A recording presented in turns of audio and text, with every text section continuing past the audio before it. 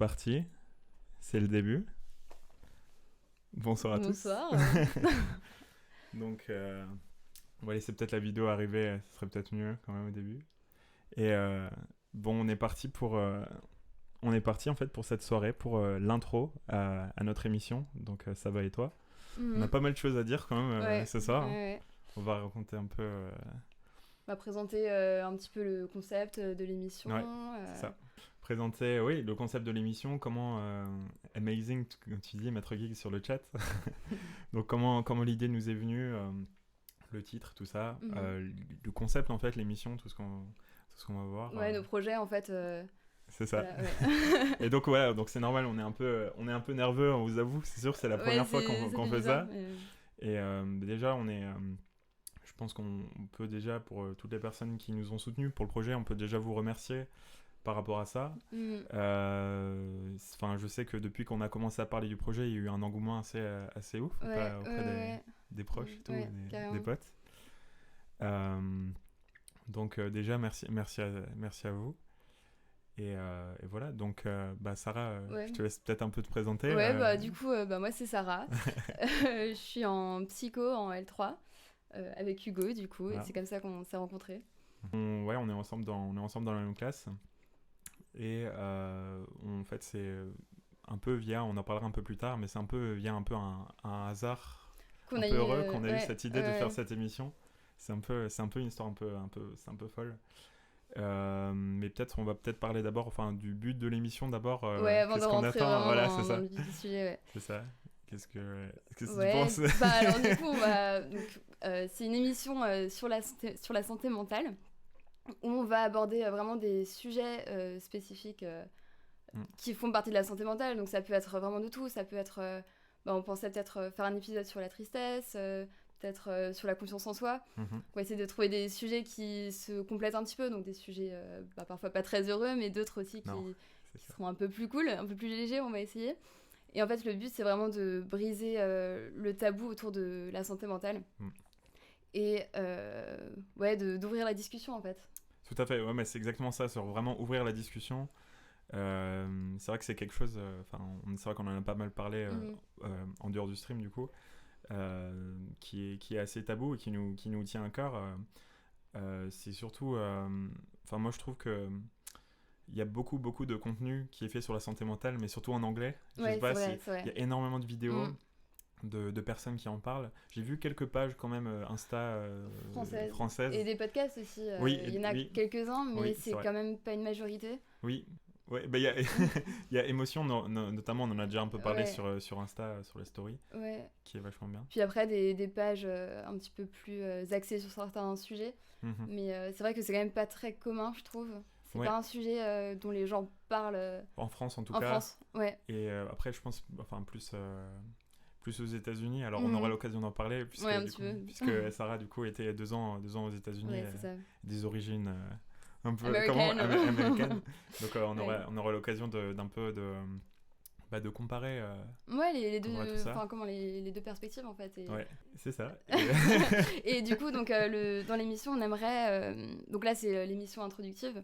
Donc on est juste tous les deux, mais on aimerait normalement on est 50 en fait. Donc c'est il y a 50 personnes ici. Dans cette chambre. C'est un peu compliqué mais logistiquement on trouvait de la place, casser le mur derrière chez le voisin, tout ça. Voilà, mais... C'est que je commence déjà à dire des conneries, c'est bon, c'est parti. Oui, je confirme. Mais du coup, en fait, on aimerait avoir d'autres personnes, des invités qui viendraient, qui aimeraient parler d'un sujet en particulier. C'est ça. C'est effectivement, par rapport à l'émission en elle-même, effectivement, on veut avoir des invités et centrer, en fait, le sujet de l'émission sur ce qui intéresse notre guest, notre invité. Ce soit des gens de notre entourage, des proches, mais peut-être aussi d'autres personnes, peut-être plus des professionnels. Oui. Donc on n'en est pas du tout là encore, mais c'est des idées, peut-être des profs. C'est ça. Ça serait assez drôle, effectivement, ça serait intéressant et en même temps assez... étrange d'avoir des profs sur le podcast. Ouais, mais ça peut être une idée. C'est ça. Alors, on s'est dit les avoir... peut-être vu que c'est des profs, peut-être les avoir en plus en distanciel, effectivement via Skype ou enfin un Discord ou quelque chose, parce que effectivement les avoir ici avec nous, voilà, dans mon appartement, ce serait un peu bizarre effectivement d'amener un prof dans mon appart, vous pouvez imaginer. Et en tout cas, ça c'est un peu c'est en fait le format qu'on aimerait avoir. Et c'est de ça en fait qu'on va essayer de parler ce soir. Vraiment, c'est vraiment un épisode vraiment introductif. Le prochain épisode sera vraiment sur un sujet en particulier. Du coup, on avait pensé à la tristesse en premier, puisqu'on a un guest qui serait plutôt intéressé par ça. Ouais. Et aussi, on avait l'idée de la capsule. C'est ça. Je te laisse en parler. Oui. Alors ça, c'est donc comment dire. Donc outre l'émission en elle-même, donc nous qui parlons. Donc Sarah et moi et plus un invité en règle générale. On a pensé en fait. Enfin, il y a un de mes meilleurs amis en fait qui m'a proposé en fait de participer à sa manière à l'émission. Et du coup, ça serait d'intégrer à l'émission en fait une sorte de petite capsule, une sorte de petite parenthèse qui serait une émission dans l'émission en fait. C'est en fait une vidéo qui parle assez courte, qui parle de l'art en fait. Sur le thème qu'on a choisi. Je sais pas, c'est peut-être pas très bien expliqué. Comment le thème choisi est représenté dans l'art. Voilà, en fait. Exactement. Ouais, c'est très bien dit, c'est beaucoup mieux dit. Non mais si, mais grave. Et voilà, et du coup on a effectivement déjà regardé, il nous a déjà fait en fait une petite vidéo sur la tristesse. Du coup on lui a demandé s'il pouvait faire ça pour qu'on voit comment ça se passe. Et puis on est plutôt, enfin même très satisfait. On a hâte de vous montrer ça aussi. Hâte de vous montrer ça, je pense que ça va être bien sympa. Et voilà quoi. C'est quelque chose qui nous tient vraiment à cœur. Et justement, peut-être parler de je sais pas comment nous est venue l'idée en fait au final. Bah, en fait, on a commencé à en parler il y a quelques mois, après le déconfinement, donc mai, juin à peu près.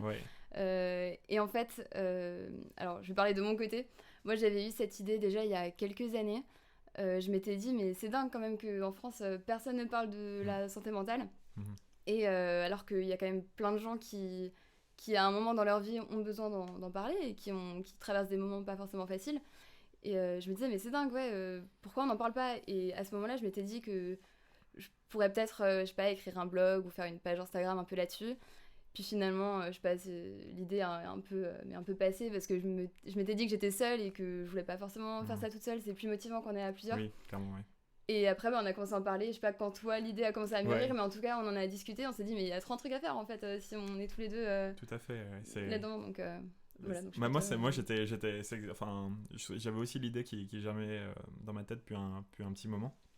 Et c'est vraiment, effectivement, un peu par le hasard. Enfin, je sais plus, je crois que j'en ai un peu parlé dans une story, je crois. Story, et je sais plus, j'ai dû commenter. T'as commenté, tu m'as envoyé un message me disant, c'est super cool et tout, ça fait longtemps que je pense à ça. Et moi, l'idée, elle m'est un peu venue aussi d'un autre ami, du coup, qui est américain. Voilà. Ok. Du coup, on a déjà posté quelque chose par rapport à lui sur la page Insta. Mais du coup, il s'appelle Gareth Gloss, il s'appelle. Qui, en fait, parle énormément de santé mentale sur ses stories, etc. Et ça m'a amené, en fait, à beaucoup penser à ce sujet-là, en fait. Et j'ai commencé à poster même pas mal de mes ressentis sur mes stories.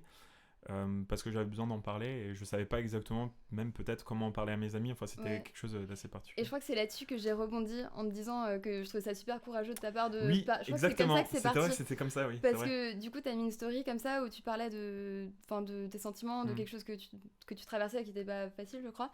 Et du coup je crois que je t'ai juste dit bah franchement merci de parler de ça parce que personne n'en parle, tout le monde en plus sur les réseaux sociaux, sur Instagram, tout le monde montre le meilleur côté de sa vie et du coup... Et du coup, je crois que c'est parti de là, en fait. Oui, je crois que c'est effectivement... Maintenant que tu le dis, ça me revient. C'est vrai, mais c'est ouf. Non, mais c'est tout à fait... Je crois que c'est effectivement parti de là, l'idée... Puis après, c'est vrai qu'il y a peut-être d'autres stories après qui sont passées, mais... C'est... Enfin, moi, je sais que... effectivement, il y avait cette idée-là de... En France, on n'en parle pas beaucoup. Ça, c'est venu quand même plus tard. C'est plutôt toi, d'ailleurs, qui m'avait ramené cette idée-là. Je me rappelle, c'est toi qui avais dit, si je me souviens bien, que justement, en France, c'est dommage, on n'en parle pas beaucoup. Mais effectivement moi un truc qui marque en fait, c'est vrai qu'on voit beaucoup de posts sur Insta, on voit beaucoup de vidéos qui parlent de tout ce qui est santé physique. d'hygiène physique en fait, donc bien manger, faire du sport, bien dormir, etc. Beaucoup de vidéos sur la productivité, tout ça, mais on voit très peu de vidéos, enfin surtout en français, mais on voit moins de vidéos sur tout ce qui est santé mentale, et d'autant plus en français du coup, et c'est quelque chose, comment avoir une bonne hygiène mentale par exemple, c'est quelque chose par exemple, qu'on nous apprend pas forcément. C'est ça, alors que le bien-être, il passe évidemment par tout ce qui est physique, mais ça passe aussi beaucoup par le mental. Et je pense que les deux sont d'ailleurs très liés. Très liés, en fait. Oui, tout à fait, ouais. J'ai pensé à ça l'autre jour. Je me suis dit, en fait, au lycée, en fait, on a des cours d'EPS, en fait, d'éducation physique et sportive. C'est ça, c'est bien ça, je crois. Mais en fait, on n'a pas de cours un peu d'éducation mentale. Alors, ça paraît peut-être un peu bizarre et on peut se dire peut-être que... on n'a pas forcément envie que l'État, entre guillemets, peut-être s'est mis là-dedans, je ne sais pas. Mais c'est peut-être pour ces raisons-là. Mais en fait, moi, j'ai l'impression que c'est vraiment... que en fait, chacun fait un peu sa sauce, entre guillemets. Chacun, on nous donne pas vraiment des outils pour faire face au monde, en fait, quand on grandit, j'ai l'impression. Surtout dans un monde qui bouge tellement vite, on est hyper connecté depuis très peu de temps, et ça a un énorme impact sur notre santé mentale. Je trouve que moi, c'est quelque chose... on n'est pas du tout sensibilisé à ça, et du coup, quand ça t'arrive, tu sais pas comment gérer le truc. Et t'en parles pas parce que t'as l'impression que t'es un peu bizarre de sentir des émotions comme ça. Grave, et alors que justement, c'est en parlant. Et moi d'ailleurs, j'en suis rendu compte que c'est dès que je commence à en discuter avec quelqu'un, c'est là où je me sens le mieux. Donc la parole a quelque chose vraiment de thérapeutique. Oui, tout à fait. Oui, mais grave. Et ouais, mais c'est vraiment ça. Et comment, du coup, on s'est dit, effectivement, il n'y a pas beaucoup de chaînes qui parlent de ça, c'est vraiment compliqué de trouver des informations en français. Direct, quand je voulais donner des informations à des amis qui parlaient pas anglais, j'étais en mode, il faut que je traduise, etc. Et les traductions, des fois, c'est un peu fastidieux, ça prend du temps, etc. Donc Et du coup, on a encore une question en anglais incroyable. On a vraiment un chat en anglais ce soir. Any advice? Donc, tu veux peut-être faire la traduction des conseils pour qu'une fille me remarque dans un groupe d'amis, même quand je suis pas populaire. Alors, je pense qu'on fera peut-être des vidéos. C'est pas le thème de ce soir, mais ça pourrait carrément être un thème dans le futur. Tout à fait, ça pourrait être effectivement un thème auquel on pourra parler après. Effectivement, Maître Giggs, peut-être que c'est un bot qui parle, on ne sait pas. Mais effectivement, c'est une question qu'on peut se poser. Après, la réponse rapide, ça serait un peu reste toi-même. Et puis voilà. Après, c'est un peu là, mais aussi. Mets-toi en avant dans qui tu es, en tout cas. Mais bon, après, c'est juste nos conseils, nous. On n'a pas du tout préparé pour ça. Et d'ailleurs, on veut juste aussi préciser que... Alors, on fait des études de psycho. On n'est pas du tout psychologue, on n'a pas du tout cette légitimité-là et ni cette prétention. Donc vraiment, quand on parle, c'est vraiment nous, notre expérience en tant qu'individu. Et on va pas donner de traitement ou quoi que ce soit. On va vraiment juste donner notre expérience, ouvrir le débat c'est ça. Et voilà. Le but, c'est ça. Le but, c'est vraiment pas de soigner ou de rentrer dans une thérapie entre guillemets de groupe un peu spéciale via internet. Je veux dire, ça serait un truc vraiment neuf, mais pas du tout le but. C'est pas du tout le but. On n'est pas psychologue, on n'est pas ça remplace absolument pas une thérapie. Tous les épisodes qui vont suivre, on va le dire, je pense on va le dire à chaque fois, mais c'est vraiment pas c'est vraiment pas quelque chose qu'on veut qu'on veut faire, c'est-à-dire remplacer par exemple un psy ou quoi, pas du tout. Non, absolument pas. On incite justement, si les débats qu'on ouvre, si les questions qu'on pose, justement pose des questions vous font vraiment vous touche, ou si c'est quelque chose qui vous touche, vraiment justement d'aller voir un psychologue pour aller plus loin si vous sentez que vous avez besoin d'être aidé sur ça. Et voilà, exactement, c'est le but en fait, c'est qu'on désacralise un petit peu ce sujet-là et que les gens se sentent peut-être plus s'ils veulent voir un psychologue, que ce soit ok et pas qu'il y ait tout un tabou autour de ça. C'est un peu ça le but. Oui, tout à fait. Pas nous les psychologues. Tout à fait. Et voilà, on le répétera vraiment, à chaque épisode pour être sûr, pour vraiment que les gens comprennent. Et c'est vraiment important de savoir ça. On est juste deux personnes, deux amis, où on parle comme des amis peuvent parler de choses et d'autres. Et voilà, et c'est pour ouvrir un peu le débat sur ça, parce que c'est quelque chose, nos difficultés, on n'en parle pas souvent ouvertement, et c'est vrai qu'on a beaucoup plus à à gagner en fait, comment dire, à dévoiler les difficultés qu'on traverse plutôt qu'essayer de porter tout soi-même en fait, finalement. C'est ça, exactement. C'est super dur. Oui, on peut parler du titre aussi. Oui, c'est vrai. Oui, tout à fait. J'ai failli zapper cette partie. C'est toi qui as trouvé le titre, mais on va juste parler de comment le titre nous est venu et qu'est-ce qu'il signifie, pourquoi ça va et toi. Ouais, c'est ça. On devrait commencer l'émission par ça et tout dire.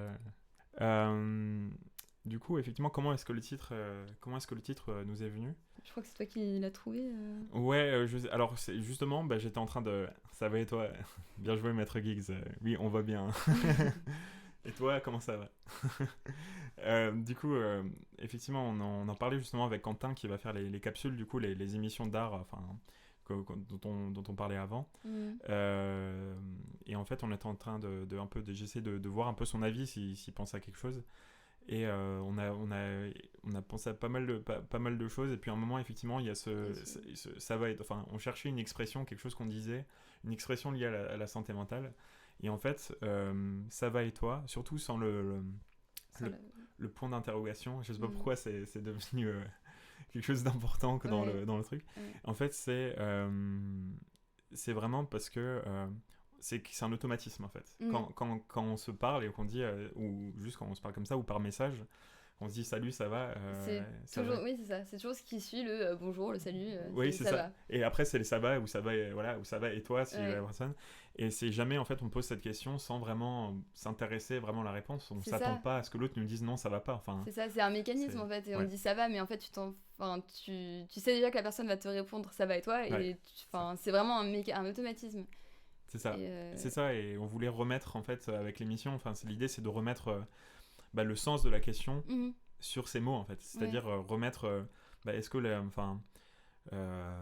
remettre la santé mentale vers l'avant, en fait, et pas juste que ça soit quelque chose de un peu dans que témoigne cette expression, ou l'utilisation qu'on en fait en tout cas.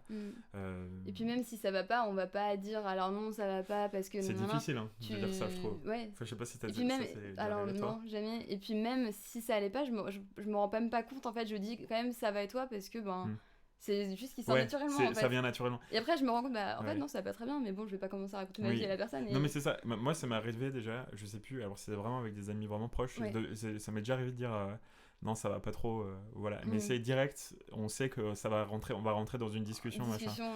Et après aussi, il y a aussi un truc à gérer avec ça, j'ai remarqué, c'est que des fois, il y a des personnes, on leur dit ça va pas, et elles s'attendent déjà pas à cette réponse, parce qu'effectivement, on n'a pas souvent cette réponse. C'est la personne, elle est pas forcément prête à ça, et elle a du mal des fois à savoir quoi dire, et ce qui est complètement compréhensible. Et ça veut pas dire que c'est une personne qui devrait pas être dans notre vie, ou qui est pas proche de nous, ou qui s'intéresse pas à nous. C'est juste que certaines personnes n'ont pas forcément les mots pour nous répondre, ou n'ont pas pensé à ces sujets-là, ou sont pas à l'aise justement sur ce sujet-là, puisque c'est quelque chose dont on parle très peu, je trouve. Et du coup, c'est des fois ça pose ce problème-là aussi de est-ce que si je m'ouvre, est-ce que je dis que ça va pas, est-ce que en fait est-ce que je vais avoir comme dirait Otis dans Mission Cléopâtre, est-ce que je vais avoir le miroir, etc. Je me suis rappelé de cette scène. Mais c'est vraiment ça. Est-ce que je vais avoir la personne en face qui va être capable de répondre finalement à mon ressenti, en fait, ce qui est un peu inattendu, quoi. Donc moi, c'est un peu comme ça que je ressens. C'est assez particulier de faire ça, en tout cas. Mais est-ce que tu trouves que t'as des personnes proches, hein, même autour de toi, qui viennent facilement t'en parler ? Est-ce que t'as des... je dirais 2 amis IES, donc, des filles, avec qui maintenant on parle de ces choses-là assez facilement. Mais il faut quand même briser un truc, quoi. Il y a quand même un truc... faut vraiment... Enfin, moi, je sens qu'il faut vraiment que je fasse confiance à la personne. Et je sais que quand j'arrive à ce niveau-là de confiance en la personne... t'arrives à te lâcher, en fait. J'arrive vraiment à me lâcher, et voilà, mais c'est difficile. Oui, il faut avoir faut sentir que l'autre personne peut nous aider. Enfin, et surtout, c'est des trucs qui sont en général très... c'est vraiment très, très privé. Et toi, t'as aussi... Bah oui, oui, il y a quelques personnes, effectivement. Enfin, je sais que... Enfin, moi, j'essaie d'être assez ouvert avec mes sentiments et tout ça. Après, j'essaie de pas trop... ce qui est vraiment, entre guillemets, les détails, etc., la façon dont ça s'est passé. Ça, je le partage effectivement qu'avec vraiment mes amis les plus proches. Oui. Mais c'est effectivement plus... Enfin, j'ai pas mal d'amis, en fait, effectivement, à qui je parle de ça. Mais après, effectivement, dans l'autre sens... c'est-à-dire quand t'as vraiment une amie ou un ami qui est pas bien, le fait de... tu t'essayes d'aller vers eux, et en fait, il y a un peu cette résistance aussi de leur côté, où ils vont pas forcément vouloir se livrer, ce qui est... Même si c'est des amis très proches, en fait, ils vont dire non, mais ça va, ou t'inquiète, c'est ça. Ouais. Et oui, voilà, ou c'est pas... Après, effectivement, des fois, c'est juste pas le moment, et ça peut se comprendre, mais c'est vrai que c'est difficile. Moi, j'ai remarqué, effectivement, que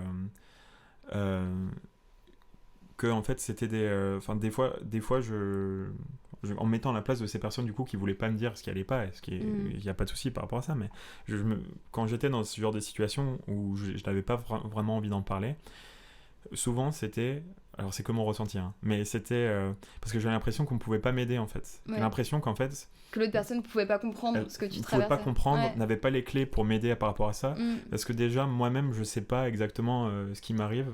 Je sais pas exactement ce que j'arrive pas à mettre le doigt en fait sur ce le problème, c'est un peu confus, c'est super confus, et du coup c'est un peu difficile voilà, je sais pas si vous vous sentez aussi comme ça des fois, mais c'est...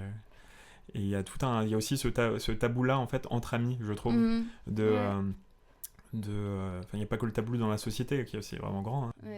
Mais je trouve que c'est plus facile une fois que ça va mieux en fait de dire bah oui, parce que moi par exemple j'arrive beaucoup plus facilement maintenant. J'ai une période où quand j'étais aux États-Unis où ça allait pas trop, et à ce moment-là vraiment j'en parlais à personne et j'avais l'impression de vraiment être la seule à comprendre, enfin à traverser ça, et ça rajoutait un point en plus en fait, parce que vraiment je me sentais un peu isolée au final.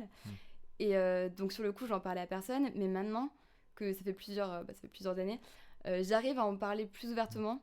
Alors pas dans les détails, mais j'arrive vraiment maintenant à dire aux gens bah ouais, voilà, j'ai une période où ça allait pas, bah voilà. Et parce que du coup le temps il a aussi permis aussi de prendre du recul sur les choses et d'assimiler les émotions qu'on a eues, et parce que quand c'est tout frais en fait t'as pas envie d'y penser, t'as pas envie de te remettre là-dedans, parce que ça fait trop mal aussi, ça ramène plein de souvenirs et tout. Et maintenant que je suis détachée de ça, j'arrive à en parler très facilement.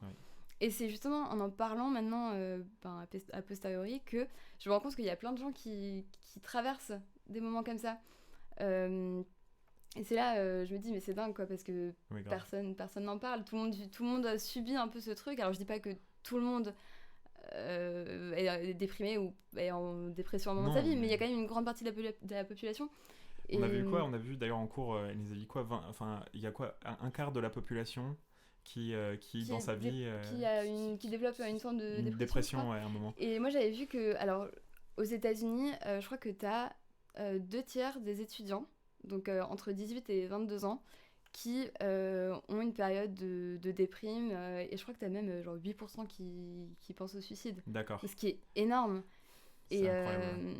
Alors je sais pas quels sont les chiffres en France, hein, je sais pas si c'est plus élevé, si c'est moins élevé, j'en sais rien, mais le fait est qu'il y a quand même énormément de monde qui est touché par ce genre tout à fait. d'émotion, quoi. Et du coup on n'en parle pas, et c'est difficile c'est difficile d'en parler, et c'est vraiment, alors effectivement il y a tout le côté un peu entre amis, et avoir un cercle un peu de confiance, etc.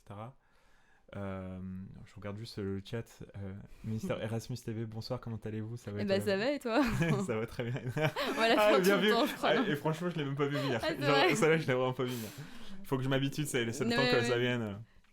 Et il faudrait que je fasse un arc, que je sois toujours prêt en fait. Ça va, et toi ? Ouais, on va éviter de la sortir tous les épisodes, parce que ça va devenir lourd, je crois. Moi, je le remarque maintenant quand les gens disent ça va, et toi ? Ouais, moi aussi. Je sais pas, à chaque fois que je suis en mode sacrée émission. Très bien, merci beaucoup. Merci d'être là en tout cas. N'hésitez pas d'ailleurs, si vous avez des questions, on en le dira aussi encore à la fin, mais si vous avez des sujets sur lesquels vous aimeriez bien qu'on parle, ou vous aimeriez bien aborder pour les futurs lives, n'hésitez pas à en parler, hein. Aussi, si vous voulez pas que ça soit juste sur Twitch ou quoi, on peut faire ça, vous pouvez envoyer un mail, ou vous pouvez envoyer un DM sur Insta, ou un message sur Facebook, ou n'importe ça peut être anonyme si vous voulez pas. Voilà, c'est ça. voilà, ce qu'on peut comprendre. C'est ça, on peut ouvrir une sorte de box nouveau de suggestions anonymes, voilà. Super intéressant votre concept. Merci beaucoup, ça fait super plaisir. Donc, alors je réponds juste, y a quelqu'un qui demande si c'est juste sur la santé. Alors oui, c'est sur la santé et plus particulièrement sur la santé mentale. Donc voilà.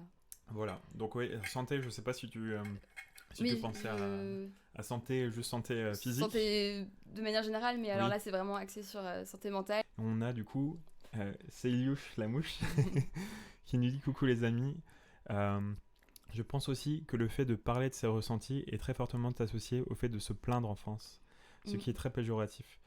C'est vrai qu'il y a un peu ce côté-là. Je sais pas ce que tu en penses, mais c'est vrai que souvent, quand on parle de nos ressentis, c'est souvent des ressentis négatifs. Et c'est souvent dans le côté on râle tout de suite. C'est vrai. On parle pas mal de ce sentiment-là, de sentiments d'un peu de... pas d'abus, mais je sais pas comment on dit, mais d'excès, Ouais, quand tu te sens dépassé, ou... Ouais, c'est ça. Alors que, ouais, c'est vrai, j'ai jamais pensé à ça, marrant, mais tu dis jamais aux gens ah, bah aujourd'hui je me sens super bien, ou... Ouais, c'est vrai que quand ça va, les gens ne le soulignent pas, alors que c'est tout aussi important, parce que après ça va modeler ton état d'esprit. Tout à fait. Ouais. C'est super intéressant. C'est pertinent, c'est là. Tout à fait.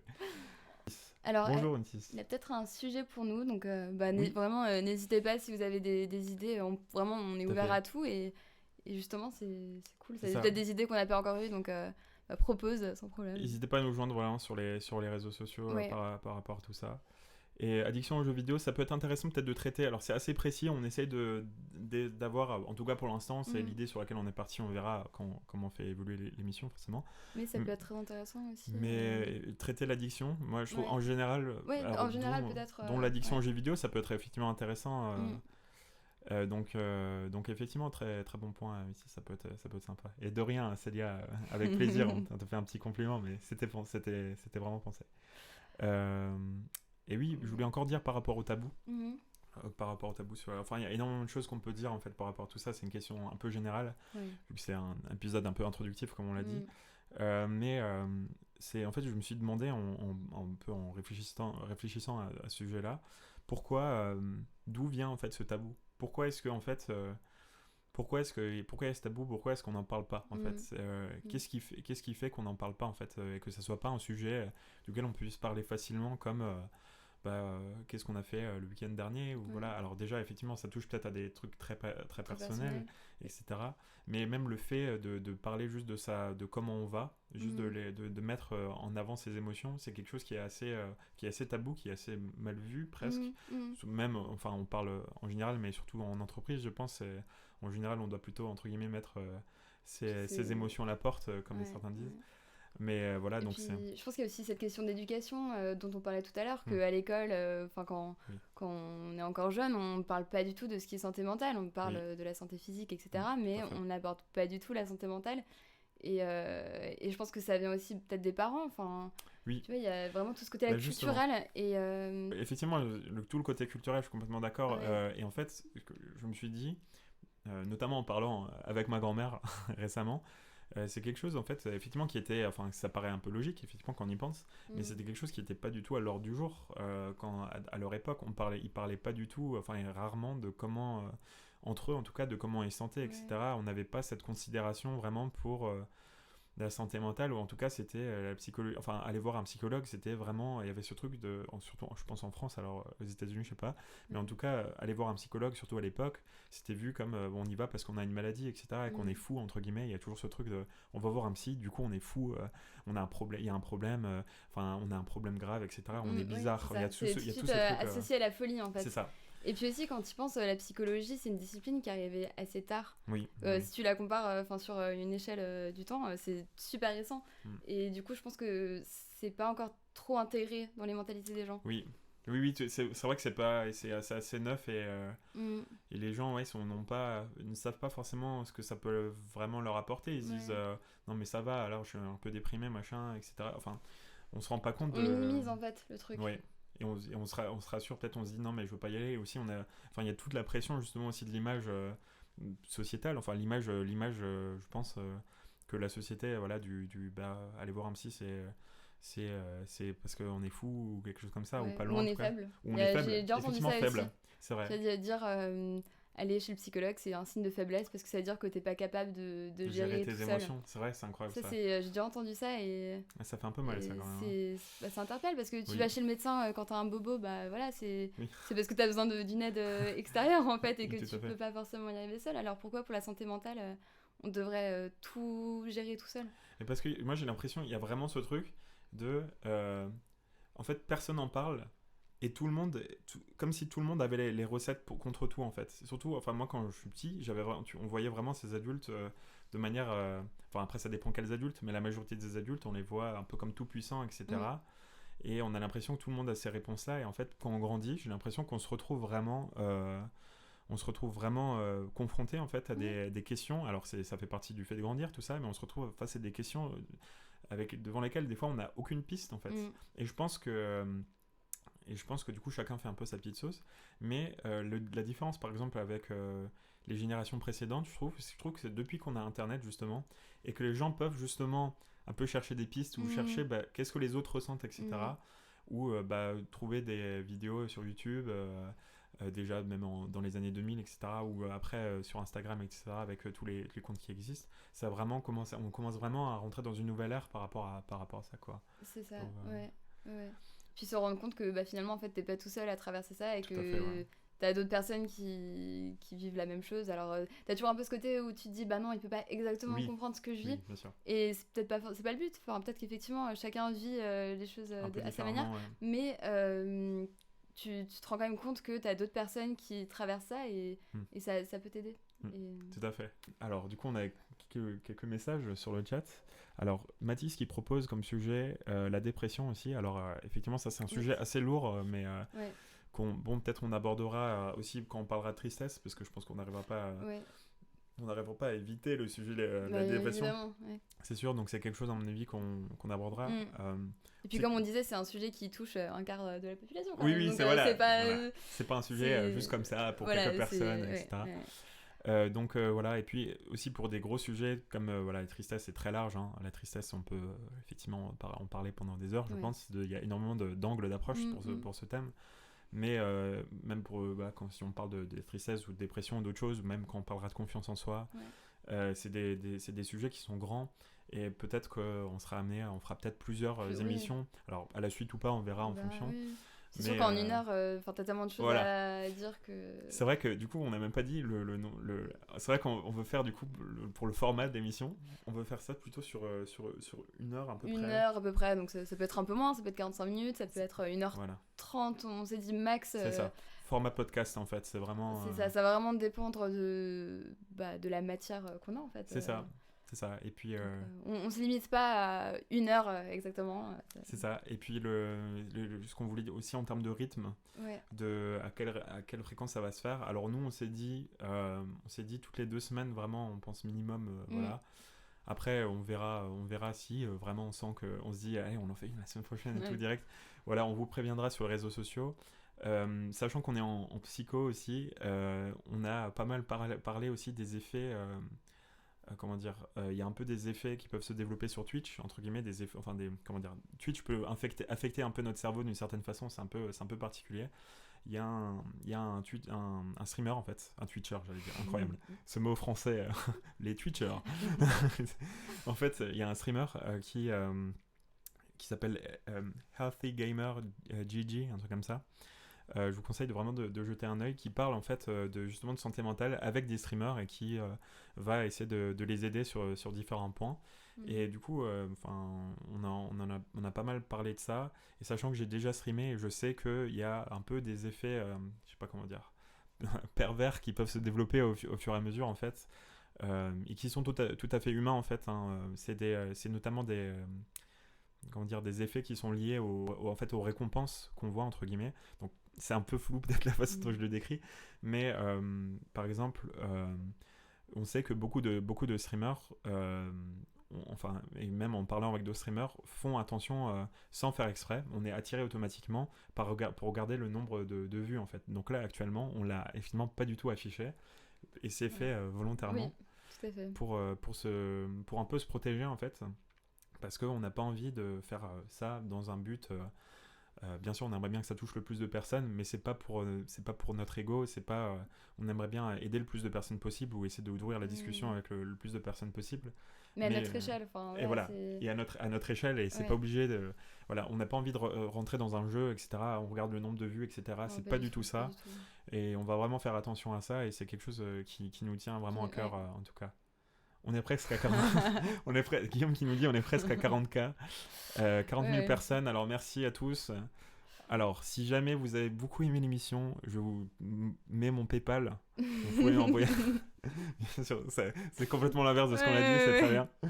Alors, Mister Erasmus TV qui nous dit le rejet social, c'est le sujet que j'ai envie de vous proposer, ça va être au live. C'est vrai que ça peut être intéressant. Le rejet dans la société. Tu veux dire, du coup, les personnes. Pourquoi, donc tu as écrit, pourquoi est-ce que les personnes te rejettent socialement? Donc pour ce qu'il y a des personnes qui sont exclues, l'exclusion un peu, je pense, effectivement. Ouais, mais pareil, il y a plein de spectres, ouais, c'est ça. Ouais, effectivement. Le rejet social, c'est très vaste, mais c'est super intéressant, donc on peut effectivement parler de ça. Ouais, ça, on va noter ça, on prendra note de ça après le live pour les différents sujets. En tout cas, effectivement, c'est un truc à prendre en considération. Ouais. Eh ben, monsieur Erasmus... courage à toi en tout cas, et puis on essaiera d'en parler et de pouvoir un peu aider à notre manière si on peut. Ouais, tout à fait. Voilà, en tout cas, n'hésite pas, vraiment, c'est un truc qui est difficile à en parler, surtout à des amis, de conseiller ça à des amis. Mais après là c'est peut-être plus simple via Twitch. C'est vraiment hésite pas, si tu sens que c'est un sujet, quelque chose avec lequel tu as du mal à vivre, hésite pas vraiment à aller faire un test, à aller voir chez un psychologue, essayer d'en parler. On se rend pas compte à quel point ça peut nous aider. La parole, ça libère de fou, incroyable. En fait, c'est incroyable. Justement, ça pourrait être intéressant de parler de ça. De psychologue, du coup. Voilà. Comment est-ce que, enfin, du coup, on en avait déjà un peu parlé, du coup, tu étais déjà allé voir un psy, moi aussi, du coup, mais comment est-ce que tu l'as ressenti, Comment ça s'est passé? Alors, donc, comme je t'avais dit, je suis allée voir un psychologue aux États-Unis, donc quand je vivais là-bas. Donc, voilà, moi, j'ai plutôt cet angle de vue-là. Alors juste pour remettre un peu dans le contexte, en fait, c'était un psychologue, et déjà là c'est une grande différence que je trouve avec la France, c'est que sur les campus américains, t'as tout un pôle de santé, et t'as vraiment un département de santé mentale pour les étudiants. C'est vrai? Ouais. Et en fait c'était tout un pôle... Pour les étudiants? Pour les étudiants. D'accord. Donc en fait t'avais tout le campus qui était une espèce de mini-ville, et t'avais tout ce pôle de santé mentale. Donc t'avais, je sais pas, une équipe de psychologues, ils étaient peut-être 4 ou 5. T'avais aussi des ateliers, des workshops, pour vraiment travailler sur des thèmes spécifiques où t'étais en petit groupe de plusieurs personnes. Et vraiment, c'était destiné aux étudiants. Parce que, comme je disais plus tôt, il y avait ces chiffres qui montrent que vraiment, il y a une grande part d'étudiants américains qui ont des passages un petit peu difficiles. Oui, bien sûr. Et donc, ils ont toute cette équipe-là qui est faite pour les étudiants. Et c'est... Bon, alors, j'ai envie de dire c'est gratuit. Non, c'est pas gratuit. Ça fait partie de tout ce que tu payes dans l'université, le package. Mais ça fait partie de ce package, ça fait partie des services qu'ils peuvent te proposer. Et en fait, moi, je suis allée voir une psychologue là-bas. Et alors, par contre, le petit bémol, c'est qu'ils peuvent que te suivre sur 3 ou 4 séances parce qu'en fait, y a tellement d'étudiants qui peuvent pas se permettre de faire une thérapie sur des mois, quoi. D'accord, mais moi, j'ai trouvé ça cool parce que c'était une première approche avec un psychologue. Et puis, donc voilà, j'ai que fait 3 séances, il me semble. Parce qu'après, elle m'a redirigée vers un autre psychologue. Et puis après, en fait, c'était que 3 séances, mais ça m'a beaucoup aidée. Et j'ai pas ressenti le besoin après de voir quelqu'un d'autre. Mais voilà, donc... je sais pas si tu veux que je parle du cadre ou quoi, mais... comment tu l'as... Alors, je veux juste... Parce que ici, on est en train de bouillir. Mais oui, comment est-ce que tu l'as ressenti? Enfin, comment c'était en termes de cadre, justement? Déjà, il y avait une première séance d'anamnèse, donc où tu parles un petit peu de l'histoire, en fait. De ton histoire, voilà, de qui tu es, elle te pose un peu des questions. On sort des termes techniques ici, on n'est pas là pour rigoler. En fait, c'est que pour les pros ici, voilà. Oui, voilà, c'est ça. Il n'y a plus personne qui va venir. Du coup, là, donc il y avait une première séance comme ça où tu parlais un petit peu de choses assez globales, en général. Et ensuite, les 2 autres séances que j'ai eues, c'était un peu plus spécifique. Et en fait, j'étais vraiment mise en conscience et ça m'a vraiment permis d'aborder le problème sous d'autres angles dont j'avais même pas conscience en fait, et ça m'a permis de voir les choses autrement. Et vraiment, moi, ça m'a beaucoup aidée. Et après, elle m'a redirigée vers un atelier où il y avait eu, je crois que c'était 4 séances, où j'étais en groupe et c'était un peu pour travailler sur c'était tout ce qui était anxiété et un peu phobie sociale, agoraphobie et tout. Oui. Et du coup, on a travaillé là-dessus en groupe et voilà, il y avait encore ce côté où tu te rends compte que t'es pas tout seul à vivre ça et t'en discutes avec d'autres et puis ils te donnent des clés en fait pour... et un peu des devoirs, mais ça a aidé vraiment en fait. Ça a l'air super bien. Et donc, ce que je voulais dire, c'est qu'en France, je compare un peu les deux, mais je veux dire, tu regardes la fac, t'as pas... Enfin, je sais que t'as genre eu un truc, une cellule psychologique où tu peux envoyer un mail, mais c'est pas... Déjà, enfin, je trouve que c'est très mal communiqué. Il n'y a pas du tout d'infos sur ça. T'as aucune info, et même, enfin, moi, ça me donne pas du tout envie. Enfin, je sais pas, je trouve que c'est pas... Ouais, c'est pas très accessible, en fait. Tout à fait, Et c'est là que déjà j'ai trouvé qu'il y avait une énorme différence et j'en ai parlé avec une amie canadienne qui m'a dit que bah voilà, pareil au Canada ils avaient tous ces programmes, tous ces trucs pour la santé mentale et que c'était très très courant en fait. Et c'est ouf hein. C'est dingue et vraiment d'un pays à un autre de l'autre côté de l'Atlantique, incroyable. Et du coup toi t'es allé voir un psychologue en France? C'est ça et alors du coup ça c'est une question que je voulais te poser juste avant par rapport à toi. Alors comment dire, quel type de psychologue c'était, juste pour faire le point, parce qu'en fait il y a plusieurs types de psychologues qui existent. Enfin, aux États-Unis, je sais que c'est plus un type qu'un autre, j'ai l'impression, de ce qu'on m'a dit. Ouais, à ce moment-là en fait j'avais pas du tout la notion de différents psychologues. Oui, donc tu sais pas forcément. Moi je dirais clinicienne à tendance psychanalytique, mais d'accord. Bon. Oui, parce que ok, d'accord. Parce qu'effectivement, il y a, en gros, bon, il y en a plus que ça. Je pense que s'il y a des psychologues qui nous écoutent, ils vont dire, mais en fait, ils oublient plein de types de psychologie. Mais en fait, globalement, il y a les deux plus grands, on dirait, en ce moment, en tout cas, en tout cas en France, alors justement l'international, je sais pas trop, mais qui se confrontent, on va dire, c'est les thérapies cognitivo-comportementales, qui sont les TCC, donc c'est un gros mot, mais... Voilà. Et qui sont du coup un peu plus je sais pas comment dire, on va peut-être pas rentrer dans les détails, mais du coup c'est deux approches différentes et du coup l'autre approche c'est la psychanalyse. Juste avant de répondre à ta petite question, j'ai juste regardé ce qu'on nous a dit. Donc déjà fait les psychologues, mais je suis pas très convaincu. D'accord. Alors ça aussi hein. Il faut en fait c'est les psychologues voilà, comme on disait, t'as plein d'écoles différentes et il faut aussi avoir en fait, parfois, il faut tester plusieurs psychologues, j'ai envie de dire. C'est pas parce que t'en as vu un et que ça t'a pas convaincu et que...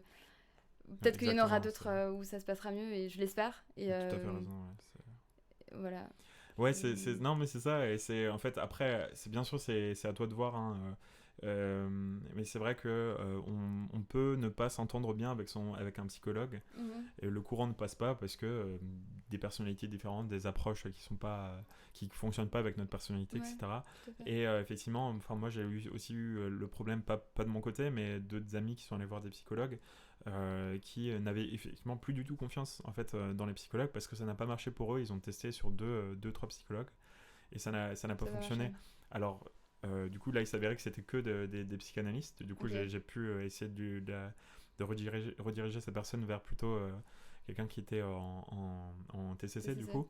Mais voilà, donc c'est quelque chose c'est quelque chose qu'il faut avoir en tête effectivement, que c'est comme l'a dit Sarah, c'est pas une personne n'est pas forcément un psychologue, un type de psychologue déjà n'est pas forcément fait pour votre personnalité, votre problème, et voilà, et puis des fois juste le courant ne passe pas entre les deux personnes et c'est tout à fait humain hein. Et oui, donc par rapport de mon côté effectivement j'ai du coup je suis allé voir deux fois c'était à chaque fois des femmes du coup, deux psychologues, une fois quand j'étais au lycée et une fois il y a 2 ans je crois. Et c'était donc là j'ai 25 ans actuellement, donc il y a quelques années qui sont séparées, et je sais que c'est quelque chose qui m'a fait énormément du bien, effectivement rien que par la parole, en fait, le fait de pouvoir enfin parler de choses en fait sans avoir peur d'être jugé aussi, parce qu'il y a vraiment ce côté là, on a souvent peur en parlant à nos amis, surtout je pense quand t'es au lycée etc, il y a tout ce côté un peu se montrer etc, voilà, c'est difficile d'être voilà, de montrer ses émotions au lycée, d'être vulnérable parce que vulnérabilité c'est vu comme une faiblesse, t'es faible etc, de montrer tes émotions etc. Et du coup, c'est vraiment quelque chose qui m'a fait du bien pendant le lycée, parce que ça m'a permis, ça m'a permis en fait de commencer à me découvrir vraiment en fait. Je pense que je serais pas la même personne si j'étais pas allé voir un psychologue à ce moment-là, parce que je serais resté en fait dans les mêmes comment dire, schémas de pensée, je serais resté dans la même façon de voir les choses, et c'est un peu cette psychologue-là qui, sur quelques séances, m'a fait voir les choses différemment. Alors pour moi, c'était pas quelque chose non plus de très grave, hein. Voilà, c'était des problèmes qu'on peut tous traverser pendant notre adolescence. Mais ce qui compte, c'est pas. Des fois, on se dit, oui, mais mon problème est pas si grave, etc. Mais en fait, c'est surtout comment est-ce qu'on le vit, en fait. C'est pas forcément. C'est moins. Enfin, ok, le problème en soi. Enfin, ce qu'on vit a une importance, bien sûr. Et on peut se dire qu'il y a des problèmes plus ou moins graves, etc. Mais il y a aussi beaucoup. Enfin, moi, je trouve qu'il y a beaucoup ce côté de vécu, tu vois. De ressenti. Ouais, parce que deux personnes ne vont pas ressentir la même chose pour un même événement. Exactement. Tu mettrais deux personnes dans le même. Dans exactement le même événement, bah, une personne qui va le vivre bien, d'autres par exemple bien, oui, c'est ça, ou même s'ils le vivent mal, peut-être différemment. C'est ça, c'est vraiment propre à chacun, et il faut pas minimiser ses émotions en fait. Non, oui, c'est ça. Il faut pas essayer de les cacher aussi, surtout à soi-même en fait. Souvent, on a peut-être aussi cette tendance. Ouais. Mais c'est pas simple, on dit ça après. On est aussi que humain. C'est ça. et malheureusement, on se laisse aussi entraîner dans nos émotions, et puis dans les réflexes qu'on a. Mais oui, moi ça m'a fait beaucoup de bien. Et c'était du coup une psychanalyse. Alors j'ai dit je sais pas. Oui, bah voilà, c'est pareil. Parce que on ne sait pas, mais je sais pas. J'ai l'impression qu'il y avait c'était une sorte d'approche intégrative, comme ils disent, donc c'est un mélange de plusieurs choses. Okay. Mais bon, j'avais pas les clés de compréhension, pour comprendre ça à l'époque. Oui. Donc effectivement, ça va être un peu compliqué de répondre à ça maintenant. Mais voilà, je sais que, encore une fois, c'est vraiment pas quelque chose dont il faut vraiment avoir peur. Et il faut pas, effectivement, il y a ce truc de, comme tu avais dit, on va être vu comme faible, ou on se sent faible soi-même d'aller voir un psychologue, parce qu'on se dit, j'arrive pas à gérer ma santé mentale tout seul, alors que c'est comme si on se disait, je vais jamais voir un médecin quoi qu'il arrive, je suis faible parce que j'arrive pas à gérer ma santé physique. C'est un truc qui fait pas de sens pour tout ce qui est santé physique en fait. Et pour le côté mental en fait, c'est un truc qui est encore assez ancré de se dire que tu dois être assez fort pour gérer ça seul. C'est ça, alors qu'on est tous on a tous nos limites, des choses sur lesquelles on est fort et d'autres moins, etc. Et on a tous besoin de soutien sur différents points, et il faut en parler, et puis en parler aussi à nos amis tant qu'on peut, quoi. Ouais, c'est ça. Et puis rien qu'en parler, ça t'enlève déjà un énorme poids en fait. Oui, tout à fait. Même sans forcément aller voir un psychologue, mais juste trouver quelqu'un de confiance avec qui tu peux vraiment t'ouvrir sur ce genre de choses, c'est super important, et ça fait un bien fou en fait. Ouais, tout à fait. Parce que quand t'intériorises tout et que tu prends tout juste pour toi, au bout d'un moment ça explose en fait. Mais exactement. Ouais. Et si, mais en fait, je crois qu'on en avait un peu parlé. Du coup, je vais souvent parler de lui, hein. Mais du coup, Gareth Gloss, du coup, qui est, comme j'en parlais au début, qui est devenu un ami, qui est quelqu'un qui travaille dans la santé mentale aux États-Unis. Il a donné un peu cette analogie en fait. De quand on n'est pas bien. Je pense qu'on est tous été dans ce moment-là en fait, où vraiment on sait on sent qu'on n'est pas bien, mais on n'arrive pas à mettre le doigt exactement sur. Je sais pas si tu t'es déjà senti comme ça. C'est tu sais que t'es pas bien. Je sais pas, moi j'ai l'habitude, je regarde des vidéos YouTube, des machins, je fais de la musique ou quoi, et en fait rien de ça n'arrive à me calmer, ou il est très peu, ou c'est vraiment ponctuel, et puis quand c'est fini, je retourne en fait un peu dans ma bulle, et en fait souvent on a un peu du mal à mettre le doigt, à vraiment dire qu'est-ce qui ne va pas, qu'est-ce qui va pas, et souvent c'est un peu, ça peut être un ensemble. J'ai l'impression quand je disais qu'il y avait une période où ça allait pas, en fait c'était plein de choses que je gardais pour moi, et de plein de sources différentes qui en fait au final se sont accumulées, et c'est là que ça faisait trop en fait.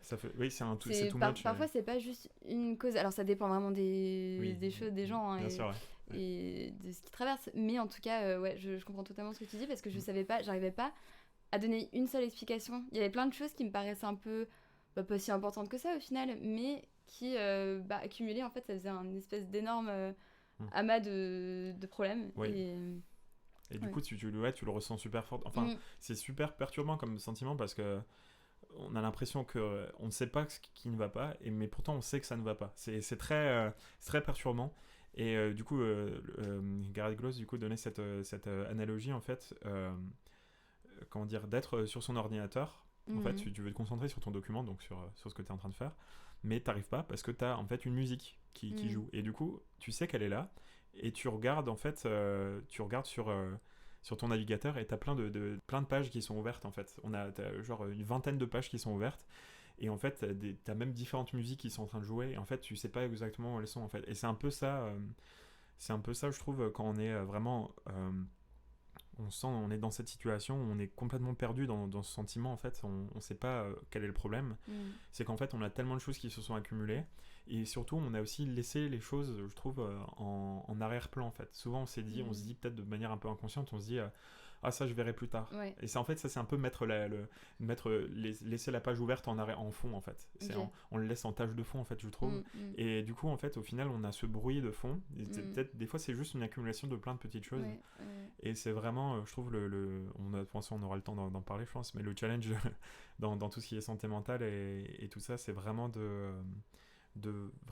d'apprendre et de prendre le temps consciemment de fermer justement ces différents onglets du navigateur, entre guillemets, de fermer d'essayer de prendre conscience justement de ces choses qui sont à l'arrière dans notre tête, et qui en fait nous empêchent d'être heureux, en fait, nous empêchent d'être et de vivre pleinement, de vivre, c'est ça, complètement.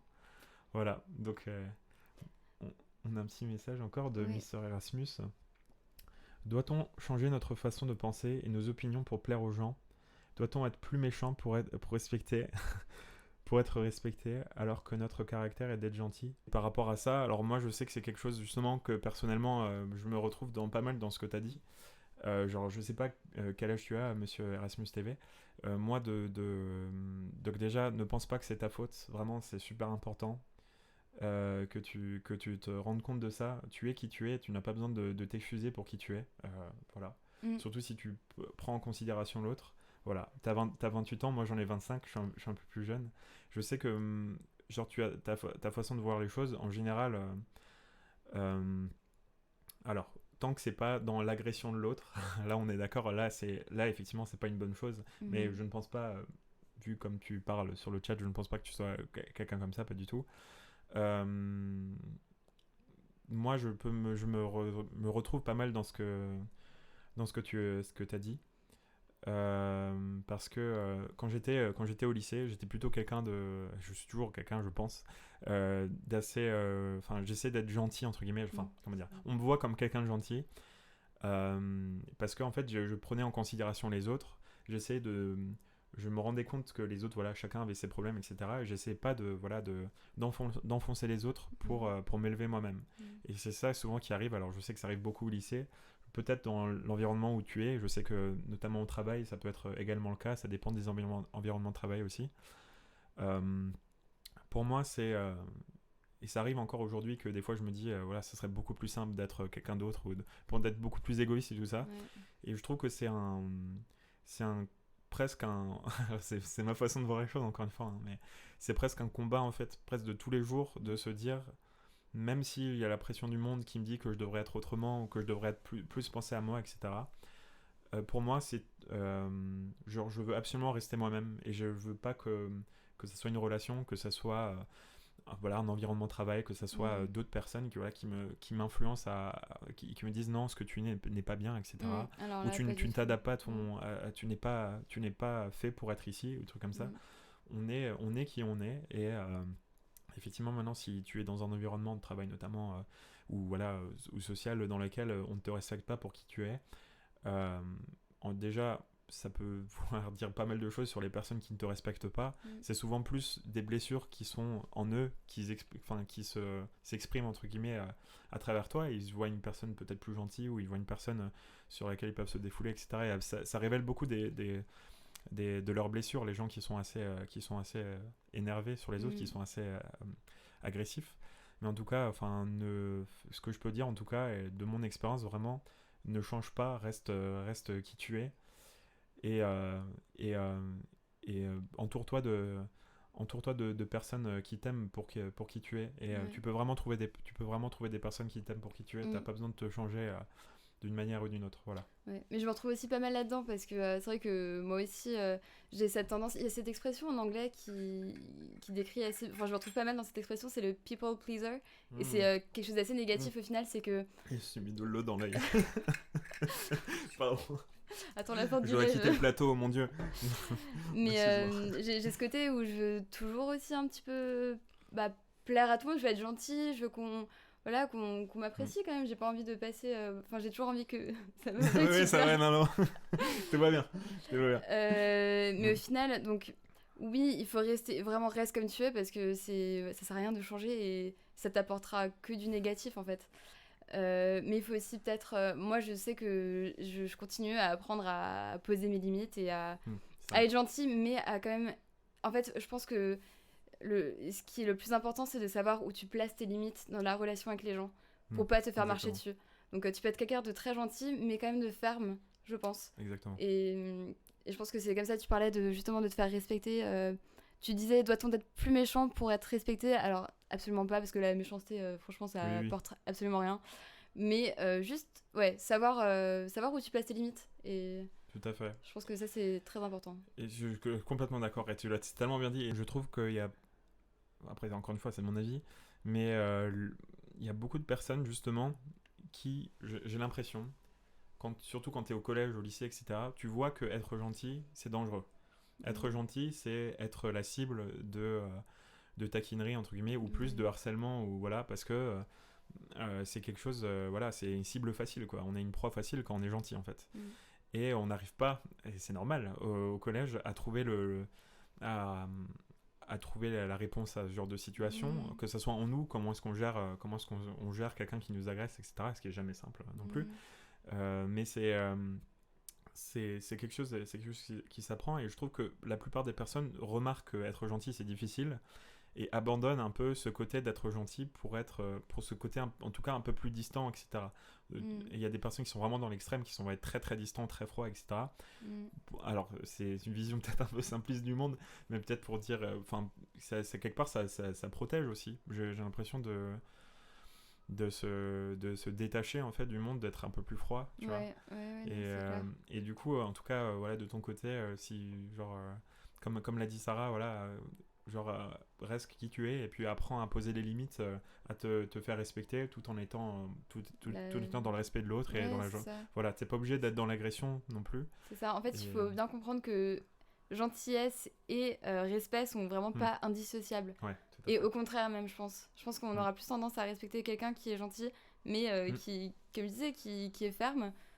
Il y a tellement plus d'opportunités aussi derrière. C'est ça, exactement. Quand on est... j'arrête pas de parler du monde professionnel, c'est incroyable, mais quand on cherche un travail, etc., les gens sentent tout de suite quand il y a quelqu'un qui est gentil, quand quelqu'un est plus humain, entre guillemets, c'est quelque chose qu'on apprécie directement, ou même dans les groupes d'amis, etc., ça permet d'avoir des relations qui sont beaucoup plus ouvertes, etc.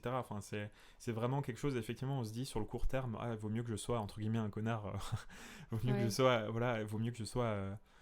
mieux que je sois un peu dur, etc., et que je montre pas mes sentiments, etc., parce qu'en fait sur le court terme on peut se dire déjà il faut apprendre à gérer ça, à mettre les limites, et on se dit qu'on va justement on va être blessé en fait, alors qu'en fait effectivement sur le court terme on a ces risques là et on va effectivement, je sais pas comment tu l'as senti toi, mais on va vraiment se prendre énormément dans la tête. Voilà, mais j'essaye de pas dire des gros mots. Voilà, attention.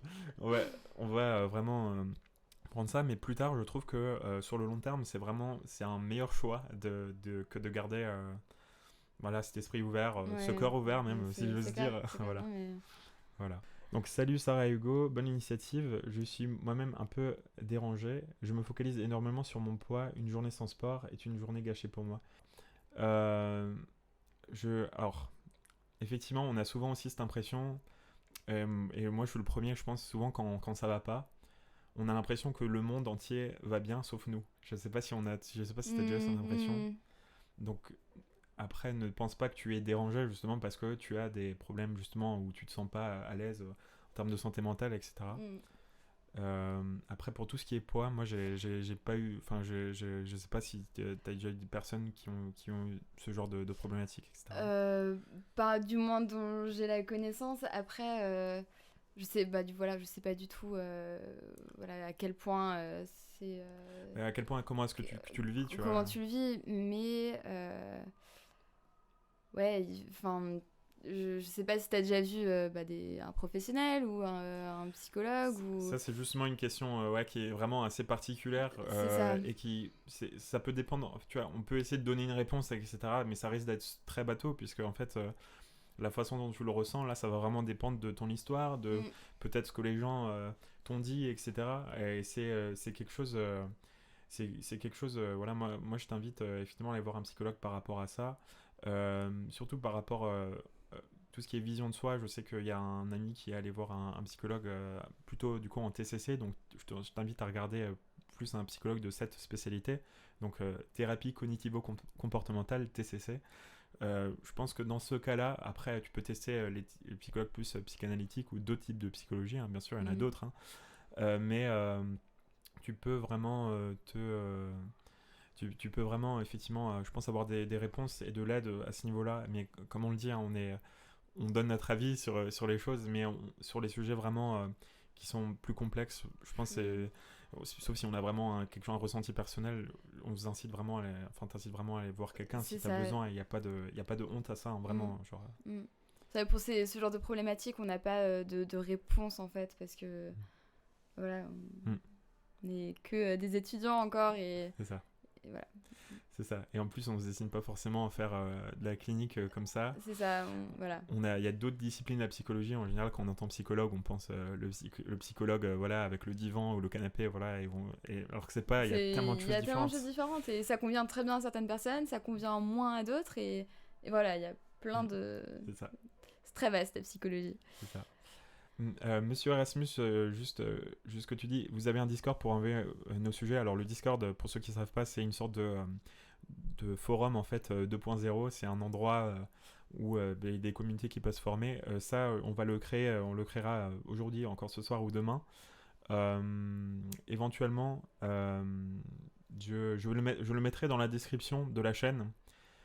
Comme ça tu pourras le retrouver si tu souhaites venir, et ça pourrait être en fait le Discord. Je vous inviterai aussi les prochaines fois à le rejoindre, parce que ça peut être un lieu où vous pouvez tous parler parler des différentes choses que vous vivez, ou faire des recommandations pour l'émission, tout ça, voilà. Et puis là My Erasmus parle de faire une radio libre pour parler. Ça peut être une super idée. Intéressant. Ouais. J'avais pas pensé. C'est incroyable. C'est mais c'est une très bonne idée. On va y penser.